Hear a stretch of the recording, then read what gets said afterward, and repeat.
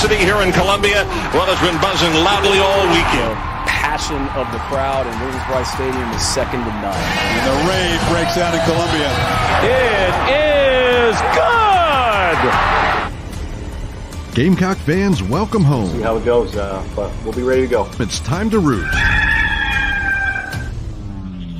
Let's go, Carolina! It's gone! Touchdown! What a hit!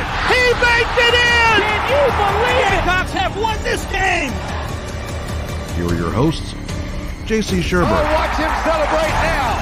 Phil Molinex. My wife doesn't like hanging around losers. And Jamie Bradford. I'm going to tell you, you look like you joined Duck Dynasty.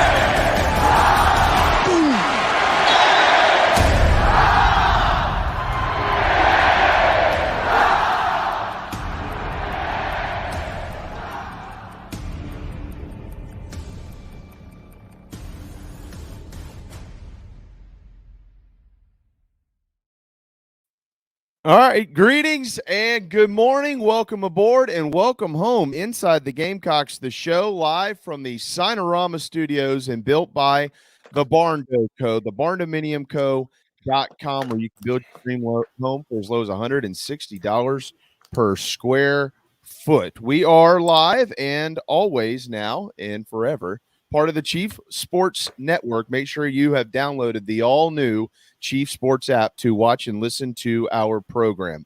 I will not wait any longer. Let's go. We got to go with this. The breaking news is out. There will be no more intro. I'll stop there. We'll come back later. I will let JC take it from here. This has been coming for a while, JC, as you have well known, but South Carolina has officially landed per Hayes Fawcett, 5-star edge rusher Dylan Stewart. Take it away. Told you guys.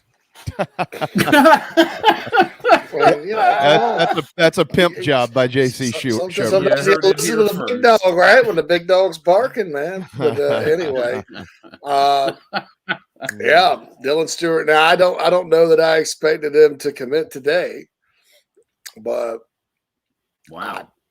Like I said, heading out of that visit, it was as good of a visit as they possibly could get. I know the plan they have in place for him. Kind of funny that Brian Doan today switches his crystal ball amazingly suddenly. And that's twice in a row the Gamecocks have beaten Ohio State on a defensive end that's pretty highly regarded from the D.C. area. Yes. And if you know anything about the history of recruiting, and a lot of people, that kind of sounds aloof or arrogant of me if you know anything. But if people that have followed recruiting for back in the day, and we have a younger crowd that maybe didn't, Larry Johnson, the defensive line coach at Ohio State, has a history of going into D.C., Maryland, and getting guys. When he was at Penn State under Joe Paterno, they made a living.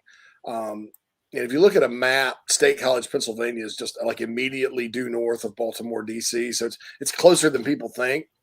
But to beat him on 2 defensive linemen 2 years in a row, Sterling Lucas, who I didn't know how Sterling was going to recruit, having been in the NFL, but some people sort of, maybe thought they should have gone in a different direction. They hired Sterling, and he's only landed Umeozulu, Nick Harbor, and this kid in the short time he's been here. So, yeah, hats off to Sterling Lucas. Hats off to Taylor Edwards, who we've had on this show, the director of player personnel, who came from Maryland, familiar with the area, has emphasized it. Hats off to Clayton White, defensive staff, everybody involved, really. Pete Limbo, who's the area coordinator, to go in and win that battle for that kid and to do it right now and to shut it down, that shows you where it was at. And I told you guys, look, all the ups and downs of Jonathan Paylor and, Adam's kid staying home and going to Virginia Tech and, the concern about Daniel Hill and all that. The information on Stewart never changed. Right. Never changed. So, well, so let's get into some of the specifics that people are going to be asking. Number one, what is this going to do for the 2024 class ranking? Right up front, right here. What will it do? Oh, it's probably going up quite a bit. because it's the class rankings are based on a bell curve, and the higher ranked guys end up getting, end up weighing more. So that's the deal there, and so they got. I'll actually. Can you guys talk for a second? I can actually Sure. look it up and tell. Absolutely. We have this thing on the BigSpur.com called the Class Calculator. I named that, by the way, when we came up with it at 24/7. What do we call it?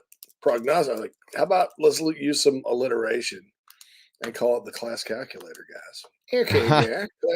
Class Calculator is pretty cute. Well, it brings about 238.51, which I'm going to the handy dandy team rankings now.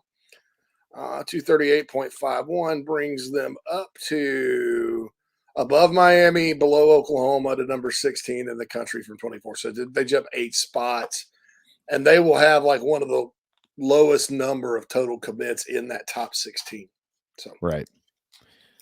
So this also, JC, this again, this is something that we've been expecting for a while. Of course, I receive a lot of my information from you, and we often say, hey, just calm down. Good things are coming.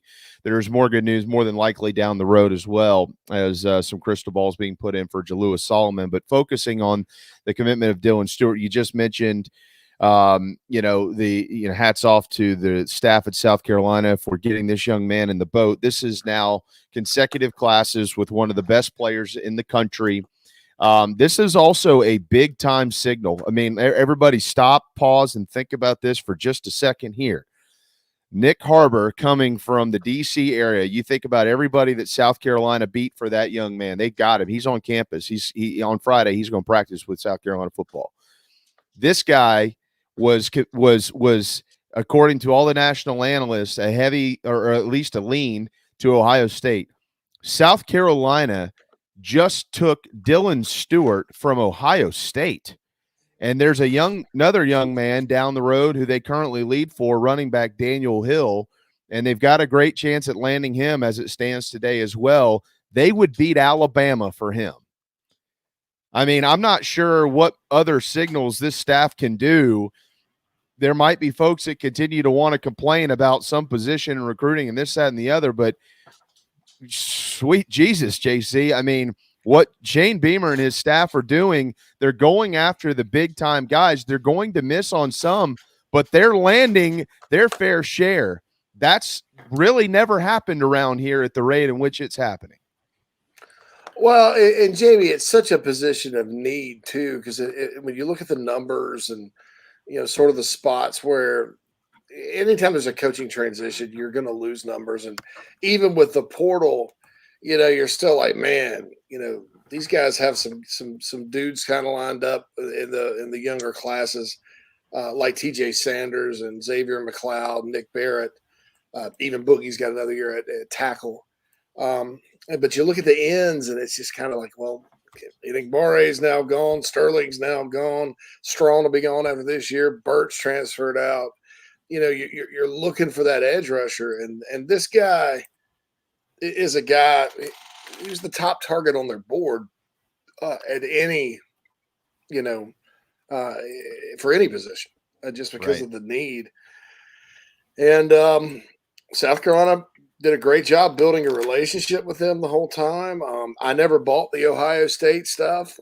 I know Ohio State probably thought it'd be pretty easy to beat little old South Carolina on this kid. And I know NIL was a factor, but kind of just like with Nick Harbor, South Carolina's competitive in that area and creative and all that. And, Park Avenue and the resources that they provide for players of this magnitude is very attractive.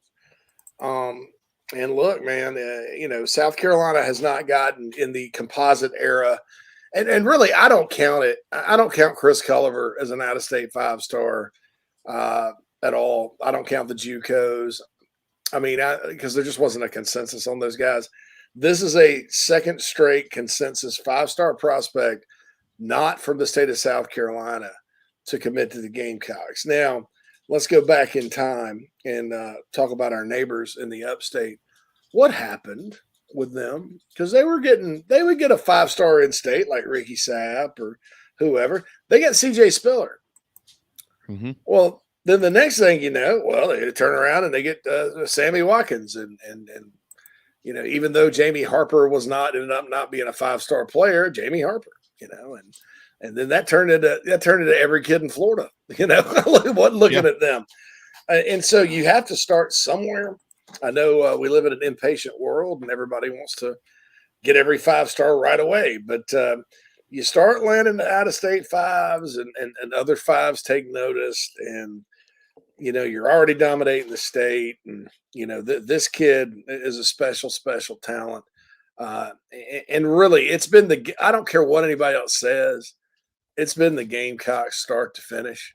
I know our friend Brad said Miami was making a move. Well, Miami's not making a move when all their NIL money's about to go out the door. Right. I'm sure people say that, and Dylan's a good kid and probably. I'm not going to say he told other coaches what they wanted to hear, but he's probably polite, and so people get different vibes.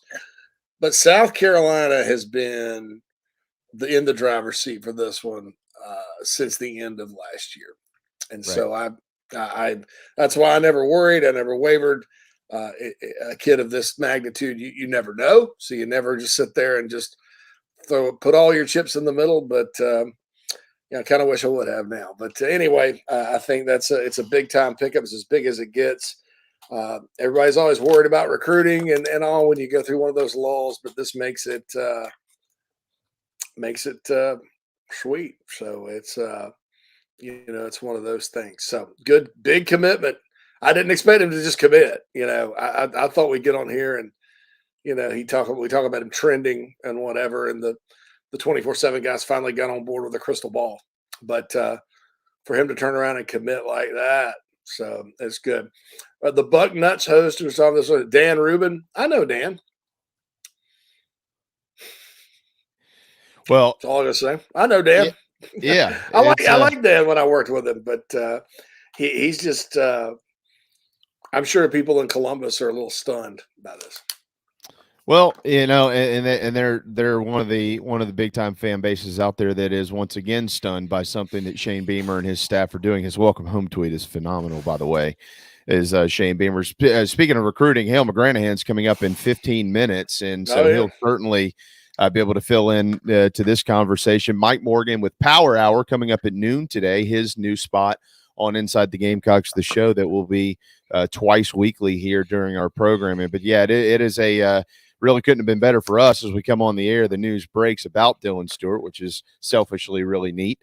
But at the same time, again, this is a kid who I think, JC, as those whom have, like you, who've covered this, head to toe locally, been all over it from start to finish. I know that a lot of people, when they hear things like that, they certainly get a little bit skeptical because they don't know. We've seen it time and time again where the big names go elsewhere, and the rest of the country, following this recruiting as far as the national analysts go, I'm sure it was hard for them to in their minds once again say, well, I just don't see it. Why on earth would he go there over here, and everywhere else? At some point in time, though, a lot of these guys will probably have to start reconsidering some of their assessments when they're covering these guys. Phil, you've talked about that a lot around here. Shane Beamer and his staff are earning respect on the recruiting trail, and you got to give it to them. Oh, yeah. I mean, doing the work for sure. Yeah. I mean, look, I think, and it is it's that domino effect, and kind of JC hinted at that. It was like you get one and then the other ones start paying attention. Shane Beamer even said it when Nick Harvard committed. I mean, that's exactly his words is you get one, next thing you know, your phone's blowing up, and then you got big names calling you and wanting to be a part of something special. And every one of these kids wants to be a part of something special. And what we've got going on right now, what the program is doing in South Carolina is definitely qualifying something special. Yeah, definitely. I think that's good. But, I mean, look, everybody talks about recruiting. So at the end of the day, let's chalk it up. And look, Hill and Paler still have decisions to make. And there is a 2026 quarterback in Duckworth. making a decision soon. I think it'll be the Gamecocks, to be honest there. Mhm. But so what have the Gamecocks really lost if they get Jalewis Solomon and Daniel Hill, and even if they miss on Paler, as I expect them to do? What have they lost? Well, they lost Peyton Lewis at running back, but Tennessee's closer. So really the losses are going to be the ones that sting. The Adams kid, who was a silent commit, saying I'm going to Virginia Tech. Mhm. And in his press conference, he looked pretty happy about that. Yeah. And then Paler, who unfortunately they've let on for a while. Well, let's back up for a minute and forget about what that means for the class ranking and all that good stuff, because they're both 4-star kids and would have made that ranking higher. But what did you really lose? You lost a kid that's a lot like Kelton Henderson for this year's class in Paler. And I love Paler. I mean, look, he's the next Naheem Hines if he goes to NC State, right? I'm going to be clear about that. I'm not knocking the kid. I'm just saying, you don't have a Dylan Stewart right now. You don't know if Desmond Umeozulu has that kind of upside yet, or if Rames comes back. But you sort of have a guy like Paler. You have a couple of them here and there. Tyshawn Russell could be more like that guy too. And you have an Adams, the other guy named CJ Adams, who you got from Pebblebrook in Georgia, a lot like him. You have smooth receivers. South Carolina loves their young receivers they have. So if you're going to take a hit, it's better to take a hit at a spot where you got other guys. You miss on Stewart, and it was told to me, hey, there's really nobody else out there that's not really very much so developmental, and that Stewart or bust. So and then you can't help it. So you also lost a bunch of defensive tackles to Georgia. Sure. And it will end in it. Basically, the guy, some of the guys when Georgia had offered for a while didn't surprise me, but losing the 3-star kid from Atlanta, Quintavious, whatever his name is, that stung because I didn't expect Georgia to go on him. And then I've talked about Nugboke from North Carolina. The kid, he only played football a year. He's 335 pounds. That's normally not the type of kid Georgia reaches on. However, in the spirit of Jordan Davis, who was a 3-star offensive lineman out of Charlotte, they got and became one of the most dominant nose tackles I've ever seen. That's probably the line of thought there. And you lose like 4 or 5 to Georgia. It means you're recruiting pretty good guys, but maybe you need some backup plans. And I think the Dogs sort of outmaneuvered them, and it was unexpected on Carolina's part that Georgia would take all those guys this year. So you take it and you rock and roll and go from there. And Paler is still communicating with the Gamecock staff. I don't know. I'm going to say NC State until I get another word on that one. But anyway, so there we go. I think that's good. Quite a morning for Gamecock football. 5-star defensive end Dylan Stewart has officially and publicly committed to South Carolina. He is the 3rd highest ranked recruit ever to commit to the Gamecocks. Jadeveon Clowney, Jordan Birch, 1 and 2 on that list. It is amazing. The top 3 all-time, all edge rushers for Gamecock football. We do need to step aside for a quick timeout. We have Hale McGranahan due up in just a moment. Good timing for him. Mike Morgan, Power Hour, begins at 12 o'clock as well. It's going to be a fun day around here. Tell your friends and make sure that they have all downloaded the all-new Chief Sports app. Hang tight. We're painted garnet and black by a couple of painters. LetMePaintSomething.com in Georgia and in South Carolina. They'll paint anything you've got, including your cat, from border to border. Hang tight. Inside the Gamecocks, the show, part of the Chief Sports Network. We'll be right back. Welcome home. That's what the Gamecocks say, and so does the Barn Dough Company, where they can build your dream home starting as low as $160 per square foot. If you live in the Carolinas, Georgia, or Tennessee, their turnkey process takes just 4 to 6 months on average and can be custom designed by size and details. Make your dream a reality. Visit thebarndominiumco.com. That's thebarndominiumco.com. The Barn Dough Company, Gamecock, owned and operated. Welcome to TravelingCountryClub.com, your modern golf club experience. Hey folks, this is Michael Manus, former Gamecock golfer, inviting you to play more golf with a membership to TravelingCountryClub.com. With over 40 courses across the Carolinas, our membership provides you with an affordable way to enjoy a club-like golf experience. From the mountains to the coast, we offer golf courses that will challenge all types of golfers, no matter your handicap level or level of play. Plus, we offer unique membership benefits not seen anywhere else as part of Traveling Country Club. Tee it up with Traveling Country Club, TravelingCountryClub.com, TravelingCountryClub.com, proud partners of Inside the Gamecocks, the show.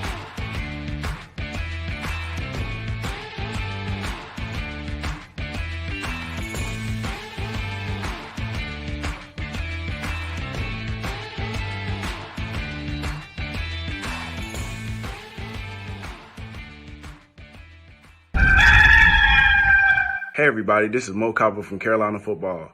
The show is painted garnet black every day by a couple of painters. Go to letmepaintsomething.com to check them out. Go Cox. 10% off for military repeat customers or mention the show. Interior, exterior painting, fencing, cabinet staining, concrete painting, popcorn ceiling removal, and more. 803-522-6832. Letmepaintsomething.com.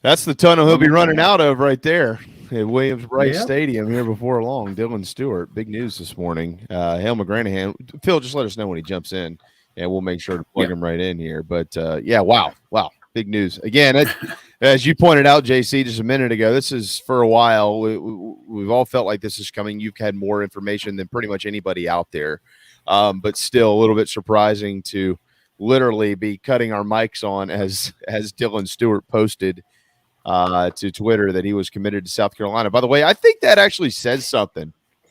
You know, he didn't wait around and do some big shebang at his school and throw hats around and, you know, run out of smoke and sign autographs and make videos. And maybe he's got a video coming, who knows. But he just said, I'm committed to South Carolina. And so I think that I don't know. JC, let me put it this way. I don't think it was very close at all, actually. I think this gap has been pretty wide, and he finally said, that's where I'm going. It is what it is. I'm humble about it. Let's do it. And he did. Yeah, they shut it down. And it's a good thing they shut it down. I mean, it's a lot like Zach Pickett's in that recruitment, in my opinion, whereas Nick Harbor probably went a little more like, as far as time frame, not how he handled it at the end, but the Jordan Birch, where it's going to go right down to the wire. I was told and felt that Dylan would probably make a decision before the season. I didn't expect it on August 1st, but that's probably intentional to kind of try to, Shane and Shane did send a welcome home tweet for this. It's and thanks to Gamecock Traditions, by the way, for retweeting our tweet and saying, check us out. That's nice of them. I just saw that come across on Twitter. Now's the time to check out the show. But I didn't expect it at this point in time. I did expect it before the season. But hey, practice starts tomorrow. If you're a player like Dylan and you love football and you want to get in there and just start working with your team and getting better and concentrating on the game, now's as good a time as any. I actually wish more kids would wrap it up by August, and we'd have very few commitments in the month of August, just because, everybody's practicing with their team at this point. And this August time on the high school and college level, it's critical. But unfortunately these days, whereas we used to not get a whole lot of commits in August, it's starting to become more prevalent, 12 months out the year. But, so I guess it makes sense if you're Dylan Stewart, you know where you want to go. Practice is starting. No sense dragging it out. And now South Carolina has another outstanding young defensive end that's going to join the program next year to join Desmond Umeazulu. And I think Jasis Jeer has 2 more years. So they're getting there at defensive end. Need more, no doubt about it. But it doesn't get any bigger than the player that at least one Rankings Network thought was the number 1 player in the country, at least for a spell. So that's huge, as they'd say, huge. Yeah, he's the 13th overall player in the country. For those that maybe haven't heard the numbers exactly, he's actually, according to 24/7, the 3rd highest ranked edge rusher in the country, behind Elijah Rushing. Boy, that's a name to be an edge rusher, who actually is committed to Arizona. And then Jordan Ross, who right now is uncommitted, but he's out of Birmingham, Alabama, so it's hard to believe he'll leave that state. And then there is Dylan Stewart right there at number 3. These will probably change again before the are kind of wrapped up, JC, sometime next February or whenever it is. But nonetheless, he's, according to the rankings, a top 15 player. And I can tell you this, and I know you can tell us this as much as anybody, and when Hale gets in here in a second, he'll tell us too. The staff at South Carolina thinks he's the number 1 rusher in college football, regardless of what any rankings say out there. And they feel like all you got to do is cut on the tape to prove that. Absolutely. The tape doesn't lie, man. And, you mentioned all right, so right now, Dylan Stewart, provided he signs with South Carolina, just to put it in perspective, 3rd highest rated per composite recruit in program history, behind Clowney and Birch, and only 1/100th of a point behind Birch. Birch was 0.9954. Dylan is 0.9953. He's actually tied with Marcus Lattimore. Marcus Lattimore was 0.9953 as well. So splitting hairs, but this is one of the biggest commits in program history. And the fact that it's out of state speaks volumes. The fact that it's in a Class 2 where you have 2 franchise offensive tackles. I mean, you start thinking about the lines of scrimmage. Now they got work to do at D tackle, no doubt. You think about the lines of scrimmage here in a few years. It's going to be, everybody talks about SEC level. It's going to be SEC level, I think, quickly. So this is a big one. This was the biggest one on the board, folks. So everybody could just go home until December. The show's over. This is like the Rolling Stones opening for Smashing Pumpkins in the 90s. I mean, you can stick around and see Smashing Pumpkins all you want, but the show has come and gone. So that's it there. But this was a big one, and it certainly, with this on top of the Lane commit, and then maybe Solomon later this week, everybody talks about recruiting momentum. It kind of reverses it, I think. Obviously, with that level of commit. Well, let's bring Hale in. He's just waiting here. Let's see. There he is. Oh, and Hale, yeah, McGranahan. Did you give us a Hale, yeah, when the Dylan Stewart news broke? I know you're a journalist, so you're not supposed to pull for anybody, but it makes your life a little easier, huh? I was actually out doing a run / mostly walk, and Nice. Fortunately, I was really close to my house, so when I saw Sterling Lucas retweet the tweet from Hayes Fawcett, I was like, "Oh shit, I got to run now." So I played at home, Yeah, and hopefully went that far. And well, we go. Hale, we mentioned you earlier, Hale McGranahan with the Big Spur. For those who maybe are tuning in from somewhere across the country that don't pull for the Gamecocks or something like that, you might just be seeing us on YouTube. Welcome. Hale, JC mentioned just a little while ago that South Carolina has felt very strongly about this young man for quite some time, but it was a little surprising, especially right as we came on the air, to see the news break that he did it today on August the 1st. Yeah, certainly wasn't anticipating it happening this quick. You know, he had said in the past that it, some point in August or maybe even September. Behind the scenes, there was talk that he'd be doing something, on TV, and it certainly wasn't on August 1st. So, we'd heard a lot of good things coming out of this past weekend, and just continued what we've been hearing for a while with Stewart in South Carolina. And yeah, when the crystal balls came in this morning from Brian Doan and Steve Wilfong after they changed them from Ohio State, folks certainly got excited on the Big Spur. But again, I don't think anybody was except for maybe a small circle of folks, I guess. But yeah, surprised that he went ahead and made the move today. Not going to sit here and try to dance around that. Yeah, that was quite a surprise for sure. And I think folks can put the whole narrative of South Carolina struggling on the recruiting trail to bed, at least for now. You said it, I didn't. JC Hale, will he enroll in December or January? Is he an early enrollee? I don't know. I think so. Hale, okay. You heard anything about that, buddy? Yeah, that's a good question. I need to figure that out. I hadn't. I don't know. I think it's a good it question. seems like I heard he is. So and look, these things sometimes they go back and forth. Sometimes these days, like it used to be. Oh, you knew right away he'll enroll early or not. These days, so much, impacts that. And you'll have guys that are going to enroll and they're like, oh, no, I can't because of this, that, and the other. Oh, I really want to go to prom. I assume he's an early enrollee, though. I'm pretty sure he'll do the same thing Desmond Umeozulu did.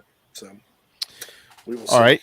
All right, guys. You hear this. We've had this conversation for a couple of weeks, and Hale, we do want to talk to you about practice. It does open up on Friday. We'll get there in a minute, but impact freshman as it pertains to Dylan Stewart, how would you describe him as a freshman? Is he a guy that you think, he's going to walk right in and they're going to put him on the field? Is he that type of player?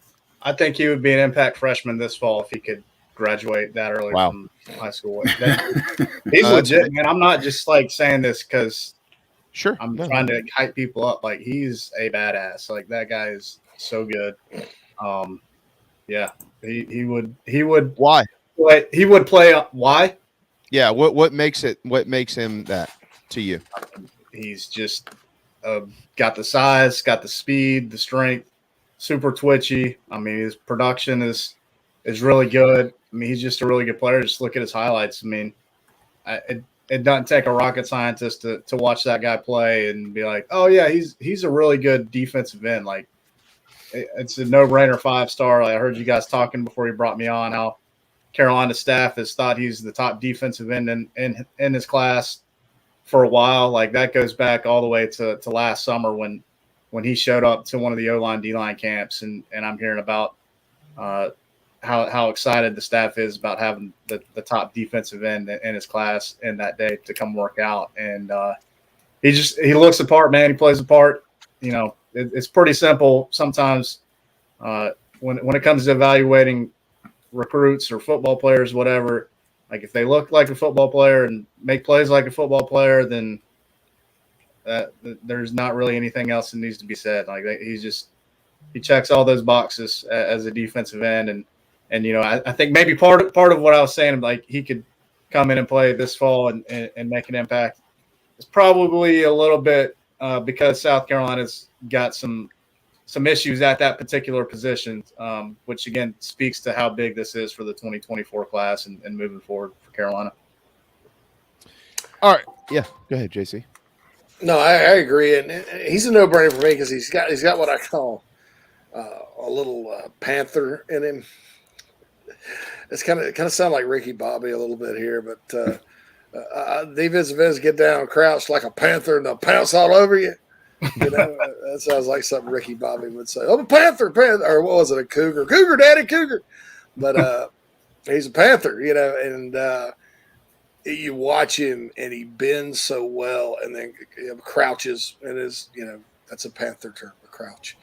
Crouches, and then shoo, there he goes. And like Hale said, naturally strong, hand violence is elite. People are asking, does he play better competition than Jordan Burch? I don't think he plays better football teams than Jordan Burch.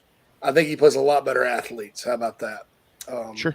And there are some better football teams up there that would probably have beaten Hammond. But, the Skeeza teams are very good teams. They're just not full of athletes. So the athletic competition's much bigger. But, he's a no-brainer. No idea why he's behind some other guys now, but that's just kind of we could say it's because he committed to the Gamecocks, but that's not true because they all thought he was going to Ohio State, so I don't know why he dropped. But big pickup for the Gamecocks, obviously. The tweet here a few minutes ago from Brad Crawford. Brad Crawford tweeted, I'm just going to read it, 5-star Gamecocks commit Dylan Stewart told Brian Don that he's done talking with other schools and will not go on other visits. Quote, I'm done. I guess he's done, Hale. Sure. Guys, how about this DMV pipeline? I mean, this is really remarkable. Is the only word I can really come up with right now. I said it last year. They need to create a spur for the DC Metro right down to Columbia because they get on that speedy train. So this guy and Braylon Lee in this class, 4-star defensive back already. From the DMV. I think Hale, I think that's it for DMV targets for this class. Am I correct in saying that? Well, yeah, unless they go flip somebody from somewhere else. There have been a handful of guys that they were in on, but right. I don't even. I off the top of my head, I can't even recall too many of those type of guys. The flippers. Yeah. I don't even think much about flipping anymore. It's kind of with the portal and stuff, it seems like teams just move on. Between the portal and maybe like NIL being a thing, like I've kind of hypothesized that it might be, just generally speaking, it might be harder to flip a guy from a school because chances are there's things that have been ironed out from an NIL standpoint, and it might be hard to get a guy to have second thoughts. Again, just generally speaking, I don't know. I could be totally wrong. Well, guys, Fred Johnson is from Norfolk as well. That's not necessarily the DMV, but it's in the area. So I mean, they're that whole area up there. They're going up and they're getting players. Did I hear JC? Did you say this at one point in time? Is Columbia the closest SEC program to that area? Is that true? Yeah, and it depends. Like, okay, so if you get in some of the Northern Virginia suburbs out toward, because you get on 81 and go down towards Blacksburg and Lexington where VMI's at, you pass Harrisonburg and JMU. Those areas are closer to Knoxville because if you take 81 all the way in, you get to Knoxville. But most of the DMV and all of the 757, by a good margin, South Carolina is the closest. Okay. And so, that's 757 is Virginia Beach. It's southeastern Virginia. So it's Virginia Beach, Norfolk. That's how they say it there. They say Norfolk. like they're from Boston or something. I don't know. I don't know why they say Norfolk, but they say Norfolk.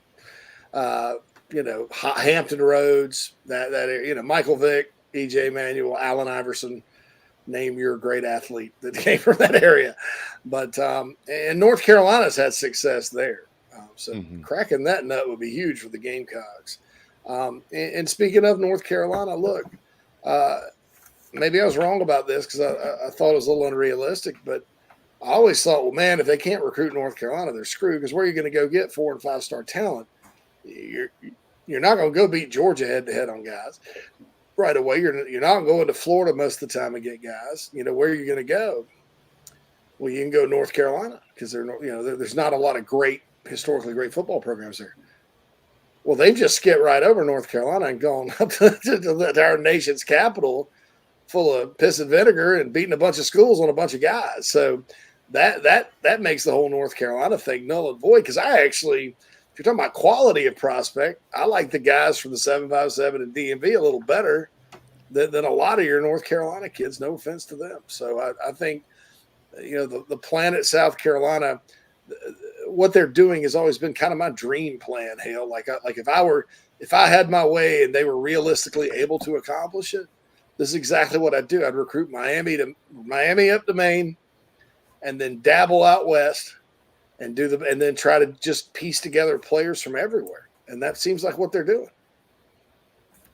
Yeah, and it helps when you got a bunch of stud offensive linemen in your backyard, which is hardly ever the case in this state. So it has been a good time to recruit the state of South Carolina, if for no other reason because of that one. Like, you can find players, in Florida and Georgia and all those other states, but traditionally, you can't really find offensive linemen in South Carolina, and that certainly hadn't been the case in this 24 cycle or even the 2023 cycle as well. So I would say Beamer and the staff have had a little bit of luck that way because, again, it's just not always the case. But, yeah, I don't think there's any luck involved with what they've done. It's just straight getting it done and going and signing some guys and getting this roster improved in a lot of different areas and a lot of critical areas, of course, as well, with the line of scrimmage sort of being, chief among them, then, of course, quarterback as well.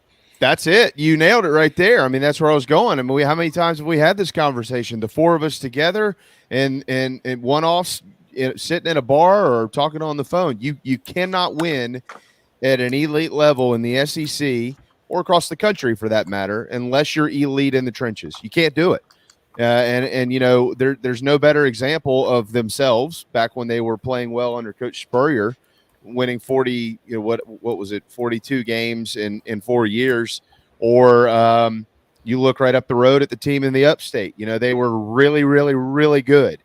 They became elite when they were elite in the trenches. Yeah, they had an elite quarterback. South Carolina feels like they've recruited a couple of those guys to be quite frank with everybody. So and now you got this class with 2 offensive tackles. They think these guys are going to come in next year and they're going to play. I've got a great source on that. And then this kid, as you just pointed out, would probably play now if he was at South Carolina as a 17-year-old. Really remarkable. What else? We pointed out last week going into the cookout that the 2022 cookout, 6 of the 7 prospects that were there as part of the 23 class ended up committing to South Carolina and signing with the Gamecocks. Now coming out of this cookout, Dylan Stewart has led off with some really good news. Is there more good news, at least in your opinion, in the near future for Gamecock football? Yes, for sure. Absolutely. Definitely. No doubt about it. 100%. I mean, I don't know how you could say it any better than that. Yeah. All right. Yeah, as it relates to recruiting, absolutely. We'll see how the actual team looks on Friday when football's starting to get played again. But I'm recruiting there. I mean, it's we've talked about it on the site. Things are looking good. Things are looking pretty good. Obviously you got to get to the finish line on some guys, but the outlook is positive, and I think folks are probably about to start getting real excited again and probably get closer to maybe some unrealistic expectations, more so that end of the spectrum than the like doom and gloom, the world is ending, like what are we doing type of vibes that have been going around the last few weeks or so. If they get Solomon and Hill and somehow find a way to keep Paler in the fold, this fan base is going to be ready to explode. But barring something bad happening in preseason camp, this fan base is going to be. That's a good point. Yeah, they're going to be ready to explode by the time kickoff gets here because it was just one of those things. All right, so I'm going to ask you about Elijah Griffin because one of our people in the chat box, Chad, says he's neighbors with somebody that knows. It says the Gamecocks are the clear leader for him, the number 2 overall prospect in America from Savannah, Georgia. Obviously, him being that little bit across the state line, and that's also, if y'all seen Midnight in the Garden of Good and Evil, that's where they raised the Uggas, is in Savannah. It's a dog town. Still, he comes to Carolina a lot, seems to enjoy it. Your thoughts on 2025 stud D-tackle Elijah Griffin?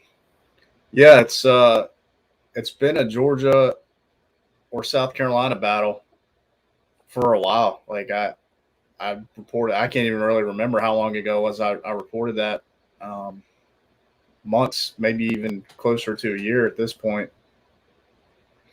He came to campus last weekend, and I think it went pretty well. And he's been a lot, like you said, JC. I can't remember off the top of my head how many times he's been to Columbia, but it's probably close to as many, if not more times than he's been to Athens. And I can't remember exactly what the difference in proximity is between Savannah and the two schools, but I think South Carolina is a little bit closer. Not that that's really going to be a factor. I don't think it's probably pretty negligible, but yeah, I mean, Jimmy Lindsey left South Carolina in a pretty good spot with that guy, and it helps that there's more to recruiting than just one position coach, and that's part of the philosophy around here with Shane Beamer and the staff is it's a group effort. It's not just going to be one guy or just maybe two. It's going to be a team effort, and I think that South Carolina is in a good spot for Elijah Griffin. I don't know if South Carolina is the clear-cut favorite. I'm not disputing what was just shared in the comments, because I certainly don't want to just overlook Georgia, just me personally. No.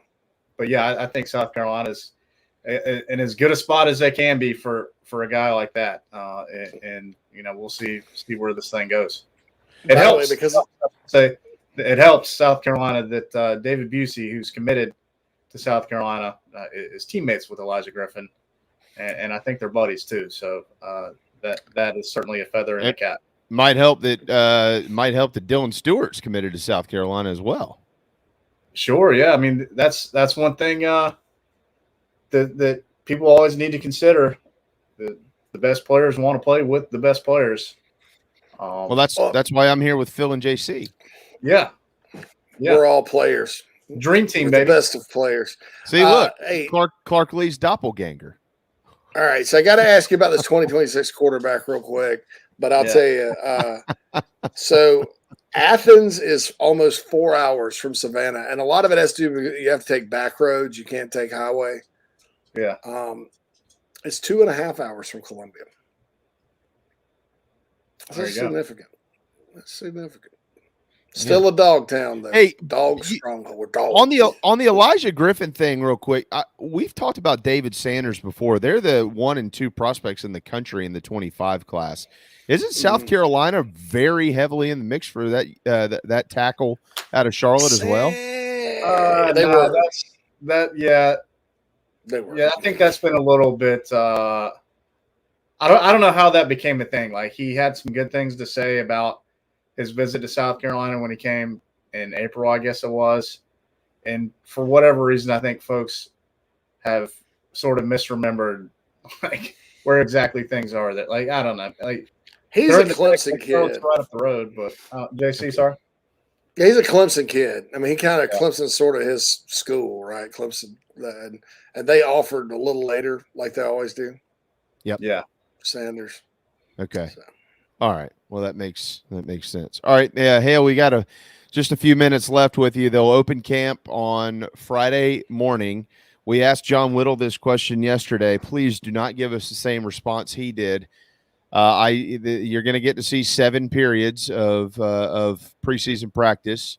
I asked John what will he be watching. He said probably a lot of stretching.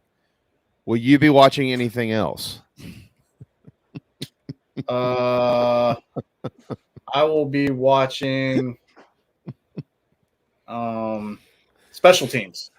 Friends? Special teams. Friends. Special teams drills, ball security. I'll be watching Seinfeld. Oh, wait. Sorry. Yeah. Running. Special teams. Running from one field to the other. Why will you be watching special teams? Because that's usually part of what we see when we get to go watch practice. Okay. Or special teams drills, like Pete Limbo being aggressive and raising his voice, Shane Beamer doing the same, and maybe a freshman getting yelled at because he doesn't know where he's supposed to be. Well, that's normal for day one of practice. Well, I don't know. Maybe these days you may not be allowed to yell at football players. I don't know. So we might need to keep a close eye on that development. What are your storylines as camp begins?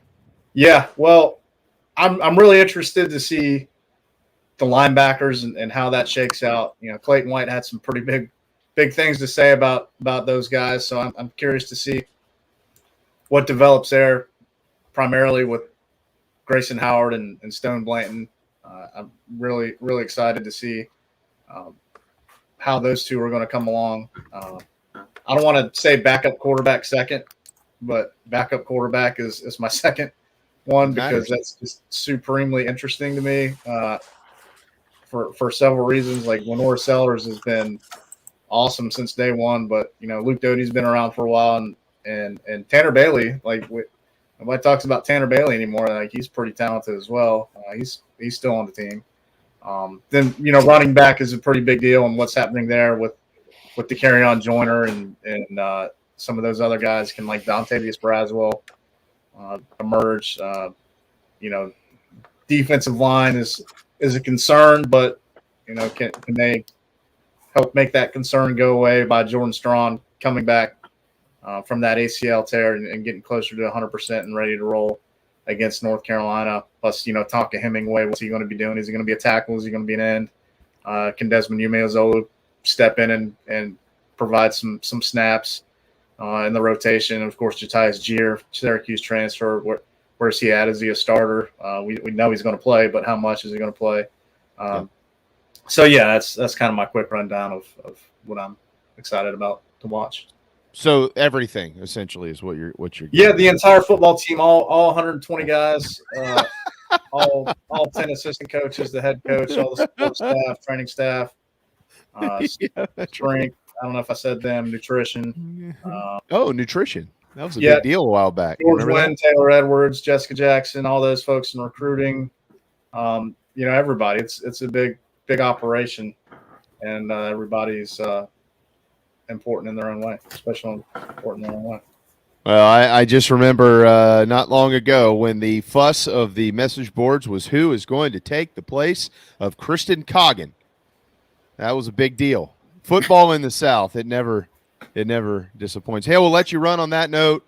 We know you probably got a lot of stuff to get to and get up on the Big Spur. It's going to be a big day at thebigspur.com, folks. Make sure you are checking the website. If you've downloaded the all-new Chief Sports app, you've got it right there in our app as well, so you can pull it up. Hale will have plenty on the commitment of Dylan Stewart and more throughout the afternoon and into the evening. And then, of course, camp, as he just stated, begins Friday morning at, I think, 9:20 or so. One of the hardest working dudes out there and one of the best, Hale McGranahan. Thanks, brother. Appreciate you, fellas. Y'all have a good one. You're the man. There you go. Hale McGranahan with that bigspur.com website. If you're not subscribing, you should. That is for dang sure. Power Hour is due up next. Can't wait to speak with the golden tones of the great Mike Morgan right here on Inside the Gamecocks, the show powered by Electric Bikes of Charleston.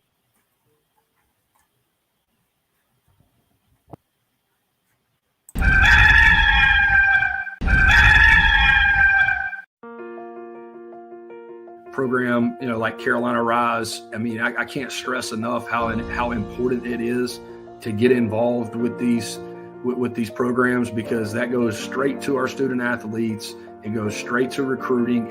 It helps tremendously on multiple levels. And I know that it's one of those things you sometimes don't necessarily get to see it or feel it right away, but you will. By the Barn Dominium Co., thebarndominiumco.com, and it's time for the Power Hour presented by Palmetto Medicare with the golden tones of the great Mike Morgan. Mike, we'll just get right to the breaking news. I know you don't cover recruiting, so we're not going to ask you to break down his film, but the momentum for Shane Beamer just continues, and South Carolina's probably landed the best edge rusher in the country in Dylan Stewart. And what they're doing, you used to call the games there. You had to follow some recruiting so you'd know, what was going on. This is remarkable. They just continue to string together top talent, and it's not all from the state of South Carolina either. Welcome in, bud. Thanks, man. By the way, you guys outdid yourself. I did not expect that that intro. I literally got goosebumps just watching and listening to some of that. I did not know that was coming at all. Very, very cool. Yeah, and by the way, JC and we just did JC and Morgan not long ago. I had a wardrobe change, JC. See, I could. The first pod was so powerful. I had to have a change of shirt. I changed the poster and the hat. There you go. So you had your own wardrobe and you had a set design change. I was a theater major, man. Yeah, that's Serve Nation at its best right there. But so when we signed off, the on my phone, of course, I've got the Chief app, so I get the update on the commit there, and then about 25 minutes later, ESPN actually sent the same update on Dylan Stewart. And ESPN doesn't send a ton of recruiting updates. Like that's just not their thing, right? But when you get a 5-star, that's national news, man. That's a big deal. So no, it's not lost on me. And I go back to Jimmy Johnson's philosophy on how you build a great roster, and he did it at the University of Miami, and then he did it with the Dallas Cowboys. And you can argue this and you can debate it, and that's fine. But the two areas that I want to accumulate talent first and most, quarterback and D-line. Because if you're going to win, let's pay it forward to the Gamecocks and the SEC. If you're going to be elite in that conference, you better be really good at both those positions. And defensive line is, as JC will tell you, it just seems like all the 5-stars keep going to the same schools, right? Like Alabama and Georgia, and then of course A&M when they started being able to use NIL money. Yeah, that too. I guess Michigan, Ohio State probably get their fair share, but like it's tough if you're that next group of programs to get 5-star D linemen. It just is. Sometimes even harder to get, a blue chip quarterback who might grow up in your backyard and or just want immediate playing time. But if you're a 5-star D lineman, you think you're going to play as a freshman no matter anywhere you want to play, no matter what. So you've got truly your pick of the litter of best scenarios. I don't think you can overstate how big that is. They beat Alabama, Georgia, and Ohio State. There you go. The four, and Miami was the 5th finalist. South Carolina, Miami, Ohio State, Georgia, Alabama. I've never seen anything like that. I mean, getting Jadeveon Clowney was huge, right? But Jadeveon Clowney is from Rock Hill, South Carolina. Right. That's a little bit different. Correct.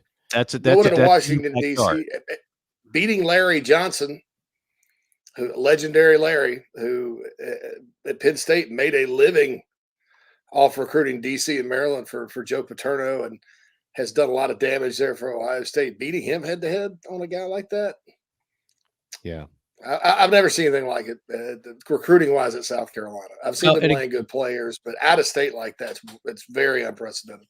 You guys, the beauty, I think, of kind of joining forces on this as we're going to do, you guys are right in the trenches, right? I mean, you are 1,000% Gamecocks day in, day out. JC, I mean, you're as dialed in recruiting as anybody in the country. And then, I mean, this show is as dialed in on Gamecock football as anywhere you're going to find. I get to look at it from a little more macro, from a little bit 10,000 feet above.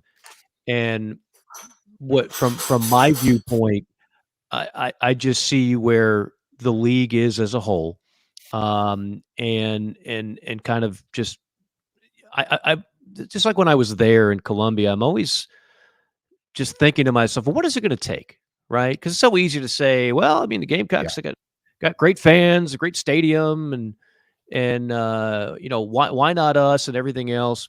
But what is it really going to take? I mean, and I think the answer obviously starts with recruiting, and it starts with those two positions. It starts with quarterback and D-line. Now, thanks to Shane Beamer and his time at Oklahoma, you've got a potential guy that can play like a five-star quarterback in Spencer Rattler. Okay, there hasn't been a lot of those that have rolled through Columbia over 100+ years. Now, and then you had that stretch where you had all those great defensive players. It seemed like half of which came out of Rock Hill. But I remember JC and I talked about this on our talk show years ago. Like, that wasn't going to be the norm.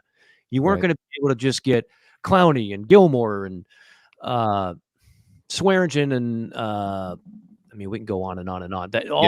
Marcus, Alshon, all those guys. Right. Yeah. I mean, I was thinking specifically defensively, but yeah. Oh, I mean, yeah. It was an aberration, right? That they were all there in South Carolina, and but for the most part, you're not going to be able to do that. And Shane knows that. You've got to expand your territory.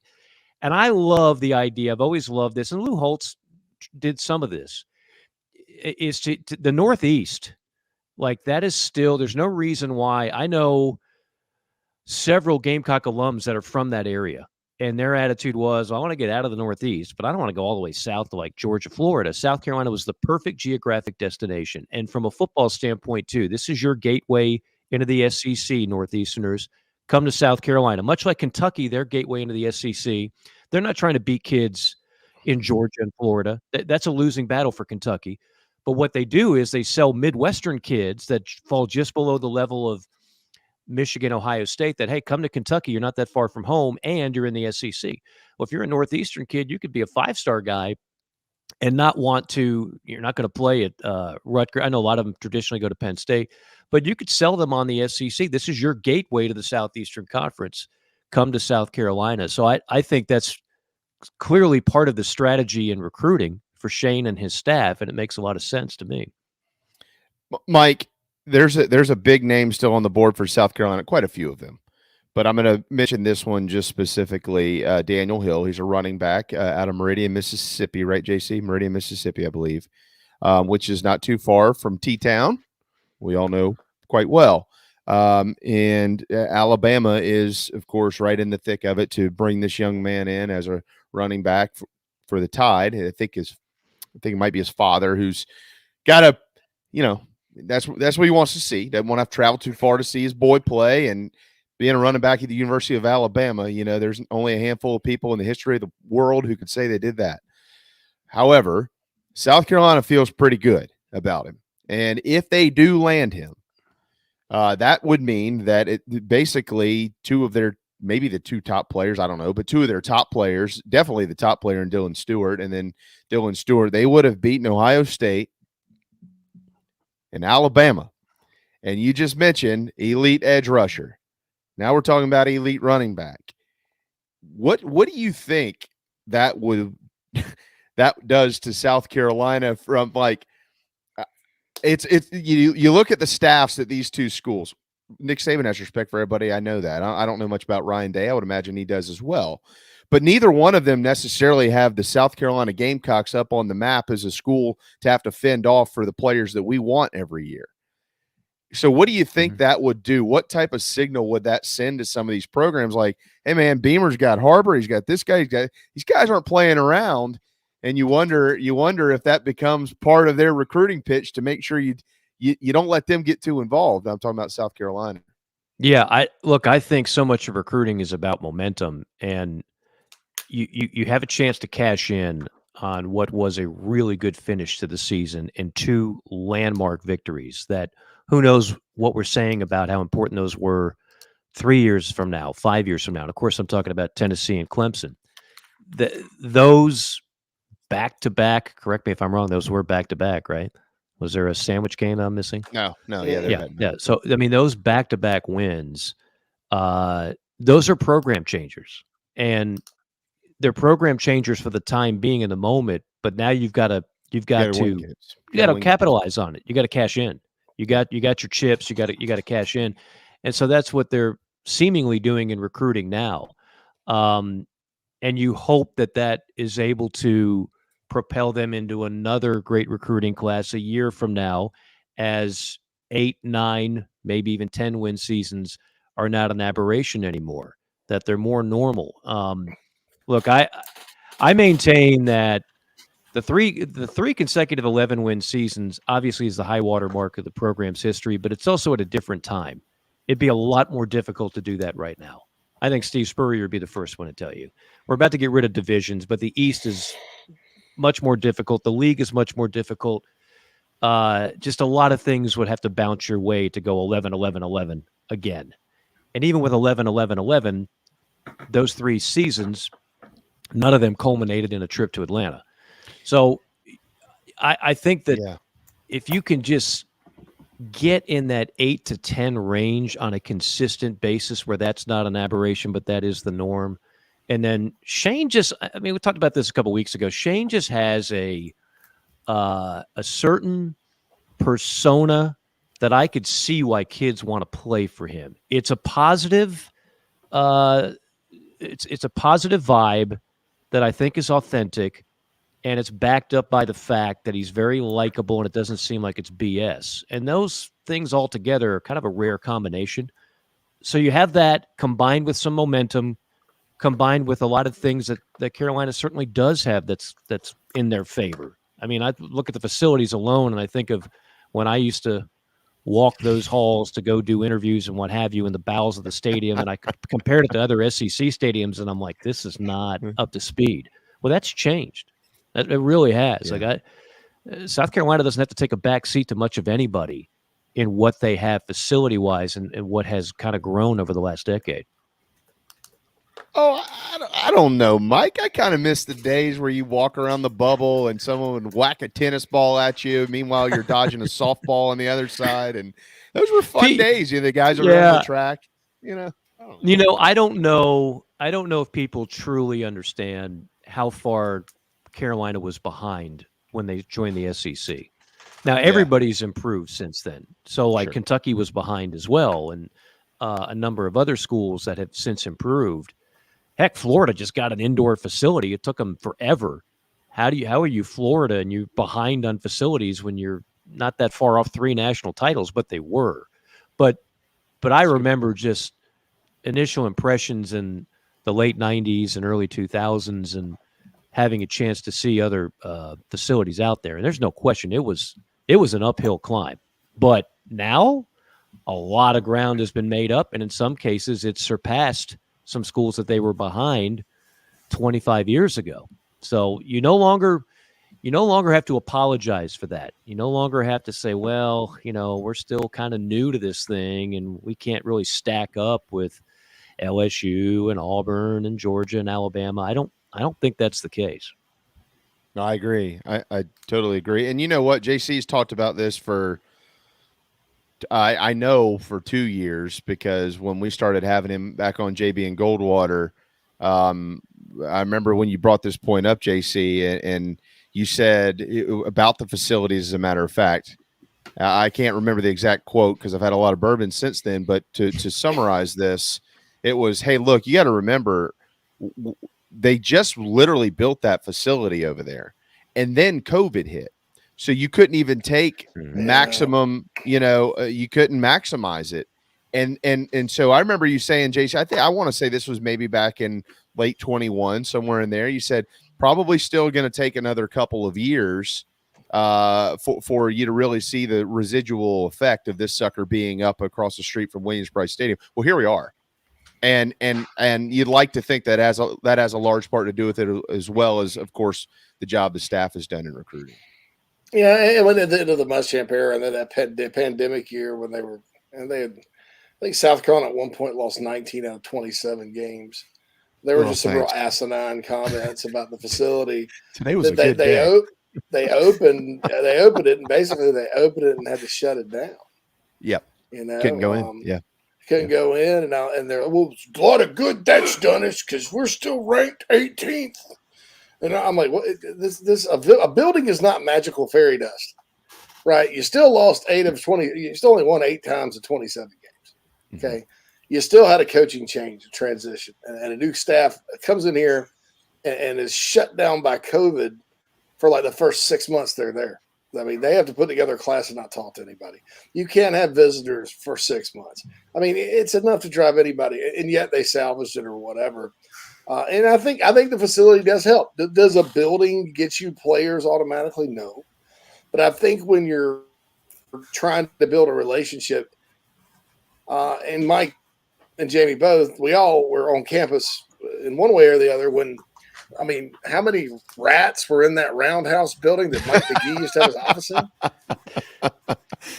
You talking about outside of certain people that I was about to say, are you talking about actual rats, or are you talking about some of the people that were in there? Certain people that worked there at the time, but I just Mike, quiet. You don't say. It's not, like I said, it's not magical fairy dust, but it keeps kids interested and their parents interested. And, just like they had the cookout this past weekend, like a lot of schools do. Yeah. This is for a lot of the juniors, like rising juniors and sophomores. It's their first time there, And if it's nice, they're going to come back. If it's not as hot as Columbia is during the summer, you're sitting around in a crappy facility with terrible air conditioning, you're not going to want to come back. I mean, so I think that's the case. And Mike's seen a lot of facilities. He's right about Kentucky. Kentucky started investing and stuff. And he's also right about Kentucky's ability to go into Ohio. Kentucky, they don't beat Ohio State on kids from Ohio very often, but they get who Ohio State just barely doesn't want. And those are the same kids that have gone to Michigan for years and Michigan State and a lot of teams that beat SEC teams in bowl games, So that's the deal there. Mike, I'll tell you what, Phil, let's before I get into this, because this will extend it. We're gonna radio pro this next segment. We're gonna feed into the enthusiasm here. Mike, you mentioned something a minute ago, back when Coach Spurrier was going 11-2, and how it wouldn't be as easy to do that today. And I actually don't disagree with you at all. I think that's totally true. But they are about to expand the playoff. So I want to feed into some of this here in just a second. Hang tight. We'll hit a quick timeout. Power Hour. This is, guys, y'all are going to love this. I'm telling you, you get to listen to Mike for 2 hours a week talk about literally anything, including movies and music, and books, and all kinds of killer stuff. You're going to love it. Broke down Jaws with Tom Luganbill in the last part of that segment. Which was epic, by the way. Which was epic, yeah. Everyone needs to listen to Lugs and more. Lugs brought his fastball today with us. Is it Lugs? Because I thought Coach Spurrier called him Loogie. We're not going to stay with Loogie. He probably did, but we all call him Lugs. Like Spurrier could make up any nickname he wants and get away with it. Yeah, well, Loogie. I was like, well, Loogie. I don't know about that. Right, we'll hit a quick timeout, and then. But I want to get into this because, Mike, I really want to get your thoughts. Like you said, you see it from an aerial view, and it's a good space to go. Hang tight. Inside the Gamecocks, this show built by the Barndo Co. right here on the Chief Sports Network. Golfers and wannabe golfers, former Gamecock golfer Meredith Taylor is now a full-time golf instructor in the Midlands of South Carolina. In-person golf lessons are held at the Country Club of Lexington. Half-hour, on course 9 or 18 holes. And if you're outside of South Carolina, Meredith conducts virtual lessons. Just send in your golf swing for analysis. Gift cards are available for in-person 1-hour lessons. Connect on Twitter @MayorTaylor and find her online at McKellarEnterprises.org. Her email is on the website. Schedule your next lesson today with Meredith Taylor, former Gamecock golfer. Electric Bikes of Charleston offers the most fun you'll ever have on two wheels.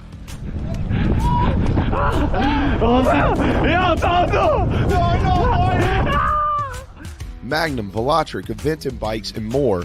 And they sell to consumers all across the state and offer outstanding warranties and service after the sale. 5 levels of pedal assist plus a throttle help you handle the southern heat better, but still get great exercise. Bikes are available all ages and sizes. ElectricBikesCharleston.com or stop into their store in Mount Pleasant. Electric Bikes of Charleston, powering inside the Gamecocks, the show. Bikes are Charleston! Electric Bikes in Charleston! Electric Bikes in Charleston! Electric Bikes in Charleston! Bikes in Charleston!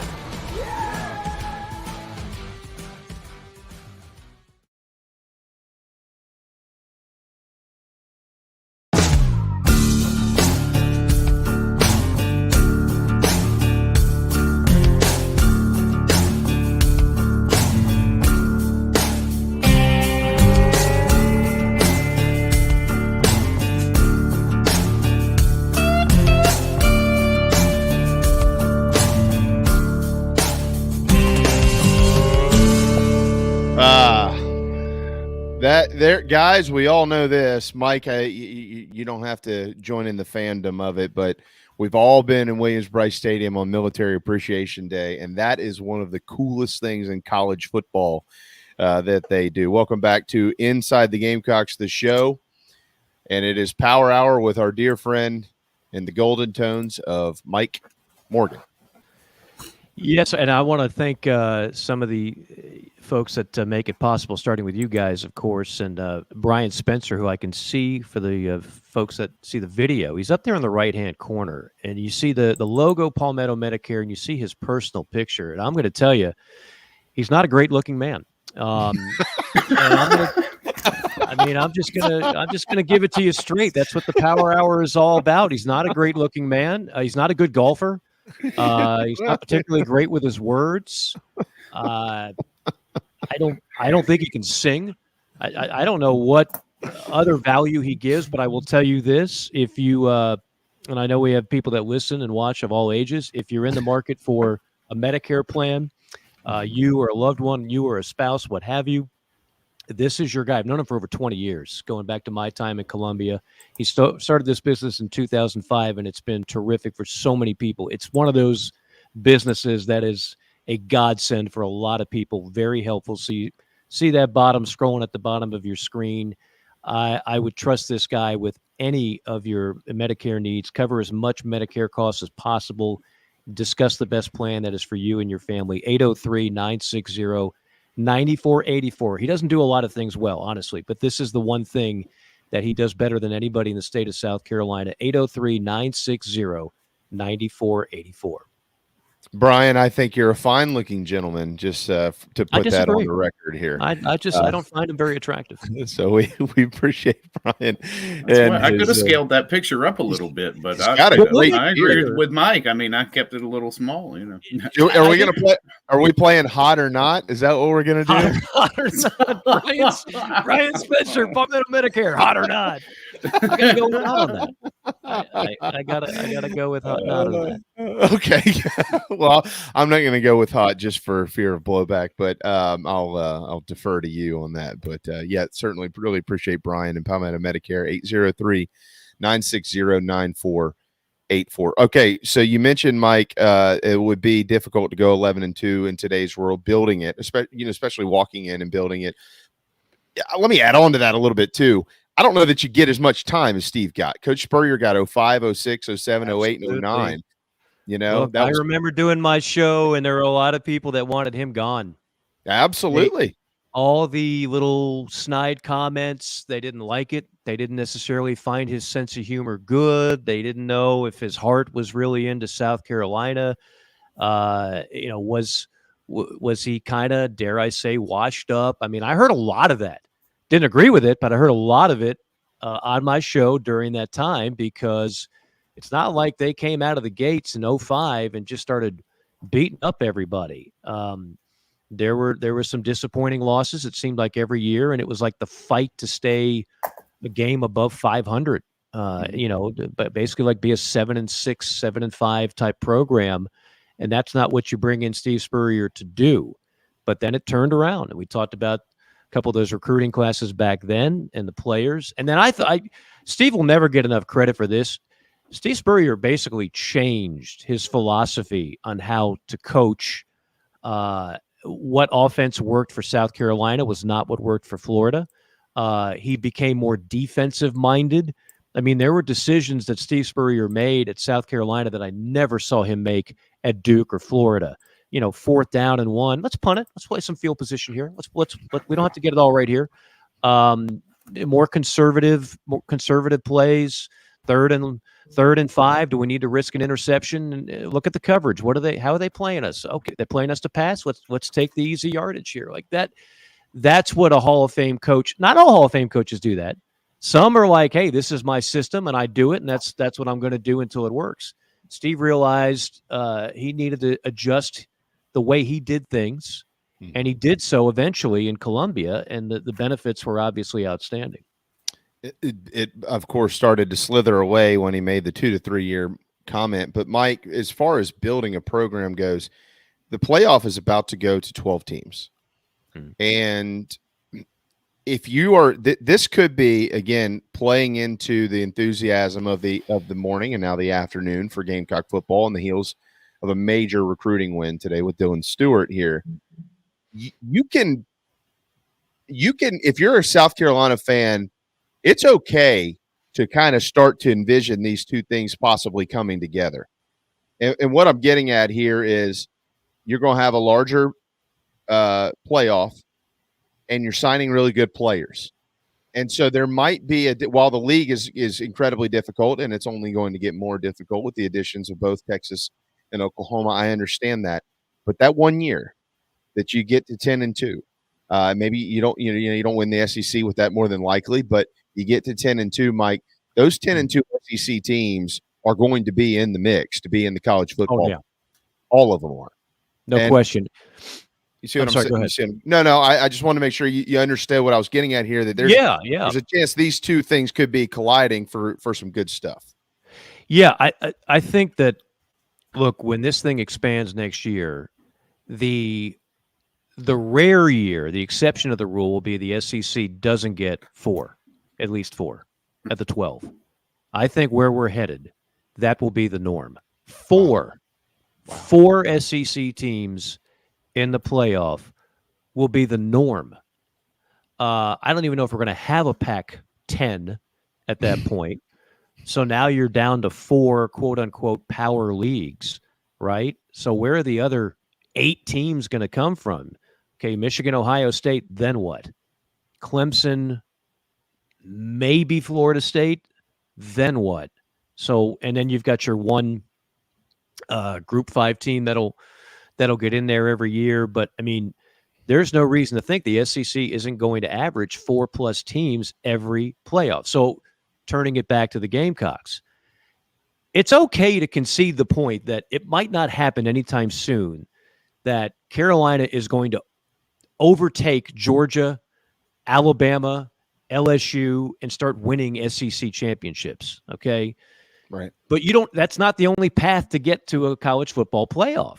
You could finish 4th in the SEC and still find yourself in the playoff. And the playoff in college football is going to be, in my opinion, what the NCAA tournament is in basketball. Where, like, you either make it and stay extremely relevant, or you don't, and it's like, oh, okay, we'll go to the Outback Bowl. That's nice. But if you're in the 12, you don't have to win it. Just get there. That is such a huge deal. That's going to be like you've got a Final Four banner right now at Colonial Life Arena for Frank Martin, right? They didn't win the national title. They didn't win the game. They're 0-1 all time in the Final Four. That banner is always going to mean a ton, and it's something to brag about. Same thing in the college football playoff. If you're fortunate enough to get in there and be one of those 12, that's a banner. That's something in that stadium painted somewhere. That's celebration. That's rings for the players. And you're now in a distinguished group of programs to say, yes, we were a playoff program. That, to me, is what you're thinking realistically if you're a Gamecock fan. Like, okay, what does the next level look like in the new climate of college football?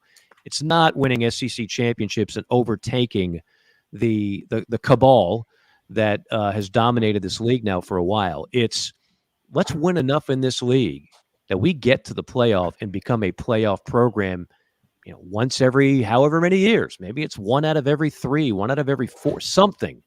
But to me, that would signify progress more than just, well, this year we played in a more prestigious bowl game than last year, I think. Is the Citrus Bowl more prestigious than the Alamo? Yes, I guess. I don't know.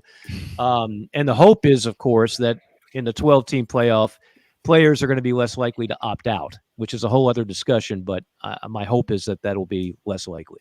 I think right. I always think South Carolina could get to the level, and once you win for a while, it's hard to go back. I mean, you can establish it. I think the difference between Shane Beamer and Steve Spurrier, as far as like recruiting goes, is Spurrier would have a great class, then a down class, a great class, down class. He got enough talent together to make it happen. And then at the end, it fell apart. The recruiting did, because he didn't like it. He didn't really – it's not that he hated recruiting. He didn't really relish it, And at Florida, when he got it rolling, he didn't have to recruit at all. It recruited itself. I mean, I'll never forget the story. Rex Grossman shows up to see him. Coach, there's a quarterback here to see you. I said, from where? It's from Bloomington, Indiana. Oh, shoot. We don't recruit Indiana. Oh, hell, I watch his tape. And he watched his tape. He's like, oh, come on in, Rexy, And at Florida, you could get the top third, the bottom third of the top 33% of the players in Florida and have a team that can win a national championship. I mean, think about what Miami and Florida State were doing during the time he was at Florida, talent-wise, and he was dominating that. And so I think when he got it rolling at Carolina, he just thought, well, shoot, I hired just any old person to come coach for me in Gainesville, and we had it rolling, and we kept rolling. I could do the same here. And that the game's changed. It's a different school. You have to go recruit. I think Beamer's much more capable of stacking classes on top of classes on top of classes. And I think with expanding the base, Mike, like you said, and working north to south, what's another school that's had to go out of state quite a bit to build a championship level roster in the SEC? Tennessee under Philip Fulmer. Absolutely. They had to go and cherry pick here, there, and yonder. Yeah, they still do. Now, Tennessee, the state of Tennessee has more players now because the population in Nashville and all that. But it used to be, 6 guys from in-state, and the rest were out of state, and they just go bust their butt and do it. Break a lot of hearts, right? Beamer's not there yet. But doing things like what happened today and getting a kid out of Mississippi that Alabama wants and you start piecing that together, it is realistic. You could put together an extremely talented roster and get to that top 4 in the league. Taking the Gamecock color glasses off of it, there's a lot of good players in South Carolina. There's just not the numbers, and South Carolina's all of a sudden dominating the state again in recruiting, just like they used to. You go and find other pockets to get quality guys to where you're not reaching on those 3rd-tier guys from Georgia or 4th-tier guys from Florida. You're getting dudes. I think as long as you're pretty well coached, I think you can get there. And I always thought a good school to kind of, not necessarily Tennessee because they won it all and all that, but right now that get to Auburn level results. Mm-hmm. Auburn is one of the better programs in the country, right? Most of the time, Auburn's an 8 to 10 win football team. Most of the time, sometimes less lately, But they have those years where they cycle up, where they may have a special player like Cam Newton, or things just fall their way like it did in 2013, or they have those 2 backs like they did in 2004 when they got pooped out of playing for the national title. I think that top end, ceiling end. I think that's realistic for this program. It's going to take a lot of work to get there, and I don't know that they will. But I think that's realistic to shoot for that kind of program, like the kind of program Auburn has right now. Phil, do we still have a break to get to? We still have one final break, right? One more. Let's hammer that, Mike. Florida State could, I don't know, who knows whether they exit the ACC or not. But my question to you would be, would they exit alone? So I'm gonna let you answer that when we get back. Let's hit this final timeout, and then we'll give you the final 20 minutes here to kind of take us down that road. Big day for Gamecock football. Dylan Stewart committed out of the DMV, 5-star defensive end, third highest rate recruit ever for South Carolina football. And the gentleman in the top left corner, if you want to call him that, J.C. Sherbert, has been nailing this for about 9 months that he was coming, and he has arrived. We are live from the Sinorama Studios and teed up by Traveling Country Club, the Power Hour with Mike Morgan. We'll be right back. Hey everybody, this is Mo Copper from Carolina Football. The show is painted garden and black every day by a couple of painters. Go to letmepaintsomething.com to check them out. Go Cox. 10% off for military repeat customers or mention the show. Interior, exterior painting, fencing, cabinet staining, concrete painting, popcorn ceiling removal, and more. 803-522-6832. letmepaintsomething.com. If you're in the upstate of South Carolina and are in need of residential real estate services, Cindy Bass Searfoss of Caldwell Banker Kane is for you. Ask her about the village at Creekside, all of her listings in my hometown of Spartanburg, South Carolina, right there on Daniel Morgan Avenue, married to a lifelong Gamecock fan.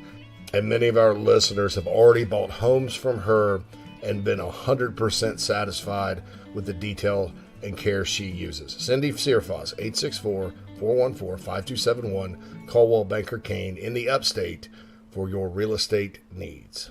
Building your dream home is often just that, a dream, and sometimes a nightmare. But at the Barndo Company, they commit to quality and build without sacrifice. Customization, open floor plans, limitless flooring options, maintenance-free and easy installation perks, and affordability are just a few reasons why they've been named one of the best builders in the U.S. Believe in your dreams. Visit thebarndominiumco.com. That's thebarndominiumco.com. The Barndo Company. Gamecock owned, Gamecock operated. The preferred sign partner of Gamecock Athletics is Sinorama Columbia, and they should be yours too. A full-service sign company that handles design, production, install, and service, Sinorama Columbia has helped to bring to life the perfect vision for so many all across South Carolina. Owned and operated by proud Gamecock alumni, they can handle all types of signage, including interior and exterior, vehicle graphics, and more. Go to Sinorama.com and find the West Columbia location, or call them at 803-407-9284. Bring your brand to life with Sinorama Columbia, and go Gamecocks.